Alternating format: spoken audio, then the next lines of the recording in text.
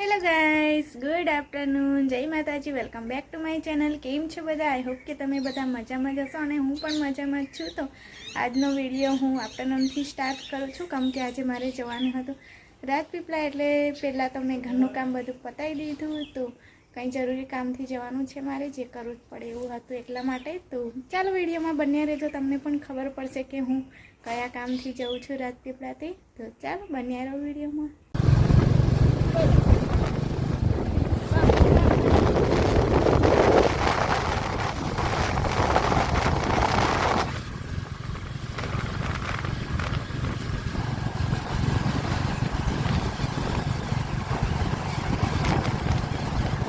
તો ગાઈસ, હું ફાઇનલી આવી ગઈ છું પાર્લરમાં. તો મેં તમને કીધું હતું ને જરૂરી કામ કરવાનું, તો મારે કરવાનું છે હેર ટ્રીટમેન્ટ. કંઈ કરાવું ત્યાં વાળ મારા થોડા સેટ થઈ શકે એવી રીતે.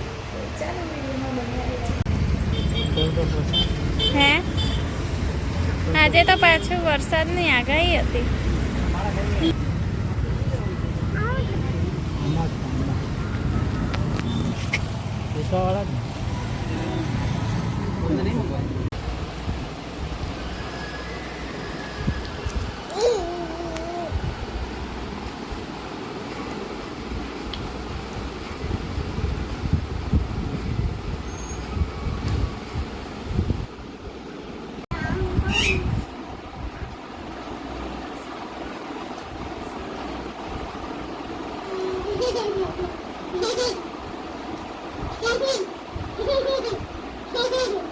ચાલ આસ્તા, ચાલ અંદર જઈએ.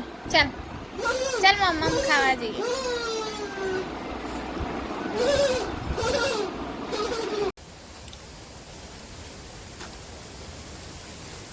તો જો ગાઈસ, મમ્મીએ કેટલું મસ્ત એકદમ ચોખ્ખું કરી દીધું છે, એકદમ ક્લીન થઈ ગયું છે. હવે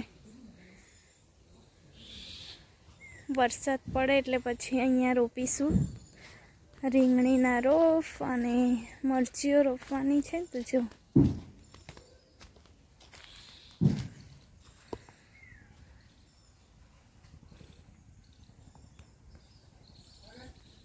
તો ગાઈસ, રાજપીપળાથી આવી ગયા છે અને જે કામ માટે ગઈ હતી એ કામ થયું જ નહીં મારું. કેમ કે ખબર નહીં, નસીબ જ એવું છે, ભગવાને મને પ્રોબ્લેમ જ એવી આપી દીધી છે ને કે મારી જિંદગી હવે નોર્મલ રીતે ના ચાલે. તો પાર્લરમાં ગઈ હતી હું એ સ્મૂથનિંગ કરાવું કાં તો કેરેટિન કરાવું એમ કરીને. પણ પહેલાં મેં દીદીને કીધું કે મને આવી પ્રોબ્લેમ છે, હેલ્થ પ્રોબ્લેમ છે મને.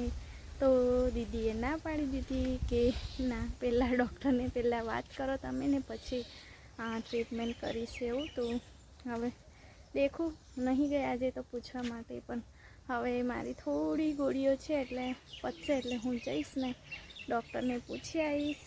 તો ડૉક્ટર હા પાડે તો હું કરાવી દઈશ, સ્મોકિંગ કરાવી દઈશ મેં. તો કંટાળી ગઈ છું મેં આ વાળથી એટલા માટે. તો કંઈ નહીં, હવે આજે તો નહીં થયું, કેમ કે એમાં સ્મોકિંગ થાય એવું હતું અને કેમિકલની સ્મેલ વધારે આવે એવું હતું. એટલા માટે એમને ના પાડી કે મને પ્રોબ્લેમ છે તો કંઈ થાય તો એમ કરીને. પછી કંઈ નહીં, મારા હસબન્ડને ફોન કર્યો તો એ કે કંઈ નહીં, હવે ડૉક્ટરને પૂછી લઈશું ને પછી કરાવી દેજે એવું. તો હવે જશું થોડા દિવસમાં અને પછી હું કરાવીશ. તો થાકી ગઈ છું, હવે થોડી વાર ઊંઘી જાઉં. મેં વાડામાં આવી હતી, મમ્મી શું કામ કરે છે એમ જોવા માટે.